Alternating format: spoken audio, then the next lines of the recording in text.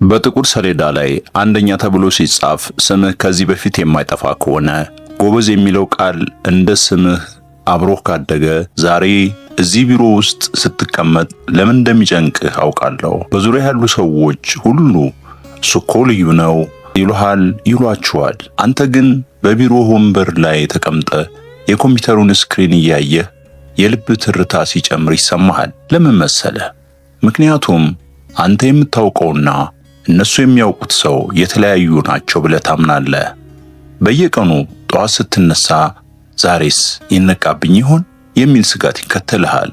ዛሬ የሚሰጥህን ሥራ ሳትጀምረው ይሄኛው ግን ያቀተኛል፣ ያኔ መቼ ወዲህ ይታወቃል ብለህ ትጨነቃለህ።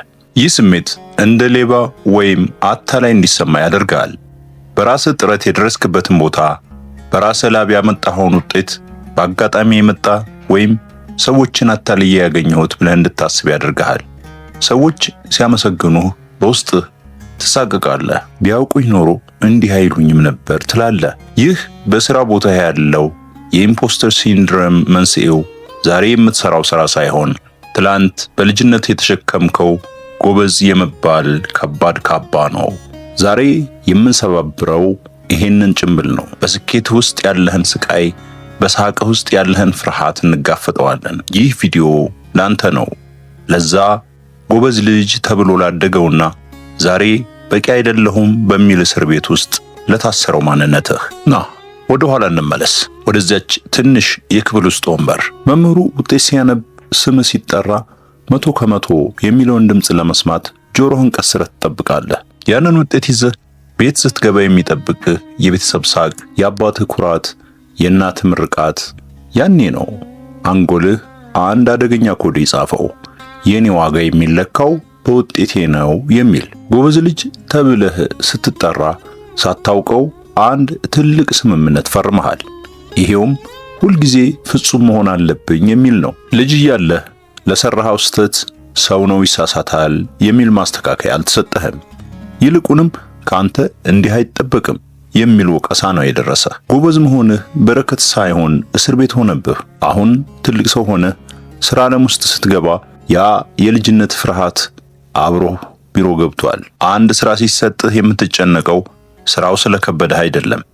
ያንን ሥራ በሚገባ ባትሰራው ሰዎች ስላንተ ያላቸው ግምት እንዳይቀየር በመፍራት ነው። ስህተት መስራት ላንተ ውድቀት አይደለም፣ የማንነት መፍረስ ነው። በዚህ ምክንያት ሥራህን ከመጀመር ይልቅ ታቅማማለህ ወይም ፕሮክራስቲኔት ታደርጋለህ። ለምን መሰለህ? ምክንያቱም ባለመስራቴ ብወቀስ ይሻለኛል ሰርቼ ከሚታይብኝ ድክመት ብለህ ስለምታስብ ነው። ወይም ደግሞ ከልክ በላይ ትሰራለህ። ሰዎች ጎበዝ እንዲሉህ ብቻ ሳይሆን ጎበዝ አይደለሁም የሚል ጥርጣሬ እንዳይገባቸው ለማደንዘዝ ሌሊት ሙሉ ትተጋለህ። ውስጥ ግን ባዶ ነው። ጎበዝ ልጅ የመባል ጥማትህ መቼም አይረካም። ምክንያቱም ያ ጥማት ፍቅርን ሳይሆን ተቀባይነትን ነው የሚፈልገው። ዛሬ ይህን ስሜትን እናውቀዋለን። አንተ ውሸታም አይደለህም። አንተ ሰዎችን እያታለልክም አይደለም። አንተ ዝም ብለህ ሰው መሆን የረሳህ በውጤት ሰንጠረዥ ላይ የታሰርክ ነፍስ ነህ። አሁን እስኪ ይህንን አታላይ ነኝ የሚለውን ስሜት በሳይንስ መነጽር እንየው። የሚያስገርመው ነገር ምን መሰለ? ኢምፖስተር ሲንድሮም ሰነፎችንና ምንም የማይሰሩ ሰዎችን አያጠቃም። ይህ ስሜት የሚይዘው እጅግ ጎበዝ፣ ታታሪና ትልቅ ደረጃ ላይ የደረሱ ሰዎችን ነው። ለምን? ምክንያቱም አንተ ለራስህ የምታስቀምጠው ግብ ከሰማይ በላይ ስለሆነ ነው። የመጀመሪያው የፍጹምነት ወጥመድ ነው። ላንተ 99 በመቶ ስኬት አይደለም። ያቺ የጎደለችው 1 በመቶ እንደ ውድቀት ትታይሃለች። በቢሮ ውስጥ ሁሉም ሰው ስራህን ሲያደንቅ፣ አንተ ግን ያቺን የተሳሳተች አንዲት ፊደል ወይም የዘገየች አንዲት ደቂቃ እያሰብክ ትሰቃያለህ። ጎበዝ ማለት ስህተት የማይሰራ ማለት እንደሆነ ስለምታምን ስህተት በሰራ ቁጥር እኔ አታላይ ነኝ ትላለህ። ሌላው የተፈጥሮ ሊቅነት ተረት ነው። ልጅ እያለህ ጎበዝ የተባልክበት መንገድ በጣም ትለፋለህ ተብለህ ሳይሆን ጭንቅላትህ የማይሰራው ነገር የለም ተብለህ ከሆነ ዛሬ የሆነ ነገር ሲከብድህ ጭንቅላቴ መስራት አቆመ ብለህ ታስባለህ። አንድ ነገር በጥረትና በልምምድ የሚመጣ መሆኑን ትረሳና በአንዴ ካልገባህ ተሸውጃለሁ ትላለህ። በመጨረሻም የብቸኝነትን ጉዞ ትጓዛለህ።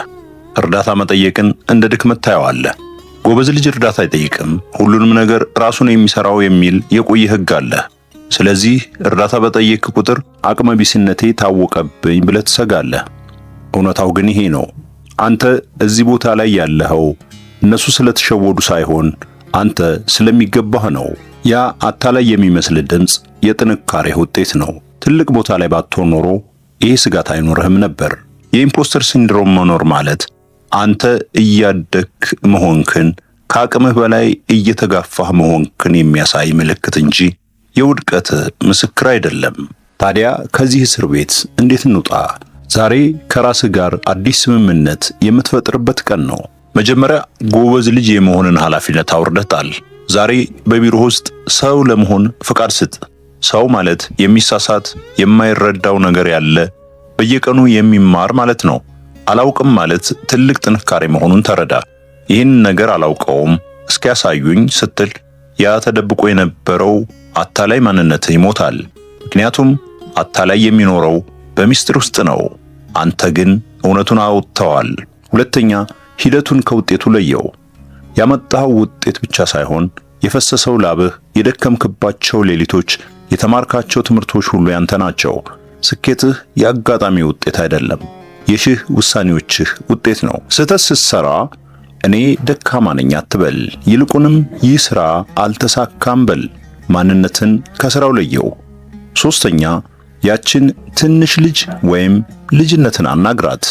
በውስጥህ ያለችው ያቺ ጎበዝ ልጅ አሁንም ውጤት አምጥታ ካልመጣች የምትቆጣት ይመስላታል። ንገራት፣ ውጤት ባታመጭም እወድሻለሁ፣ ዝም ብለሽ ስለምትጫወቺ፣ ዝም ብለሽ ሰው ስለሆንሽ ዋጋለሽ በላት። ዛሬ በሥራ ቦታ ስትቀመጥ ከሻህን ቀና አድርግ። በዙሪያ ያሉ ሰዎችም እንዳንተው ፍጹም አይደሉም። ሁሉም የየራሳቸው ትግል አላቸው። አንተ ጭምብልህን ስታወልቅ ሌሎችም ጭምብላቸውን እንዲያወልቁ መንገድ ትከፍታለህ። ነጻነት ማለት ሰዎች እንዲወዱህ መጣር ሳይሆን ሰዎች ባይወዱህም እንኳን አንተ ራስን መሆንህ ነው። ይህን ቪዲዮ እስካሁን ያየኸው በውስጥህ ያለው ያ ታታሪ ግን የተሰቃየ ማንነትህ ሰላም ስላጣ ነው። ዛሬ አንድ ነገር ቃል እንድትገባልኝ እፈልጋለሁ። ነገ ወደ ሥራ ስትሄድ አንድ የማታውቀውን ነገር ለመጠየቅ አትፍራ። አንድ ስህተት ስትሰራ ራስን አትውቀስ። ጎበዝ ልጅ መባል ይበቃሃል። አሁን ደስተኛ ሰው መሆን ይቅደም።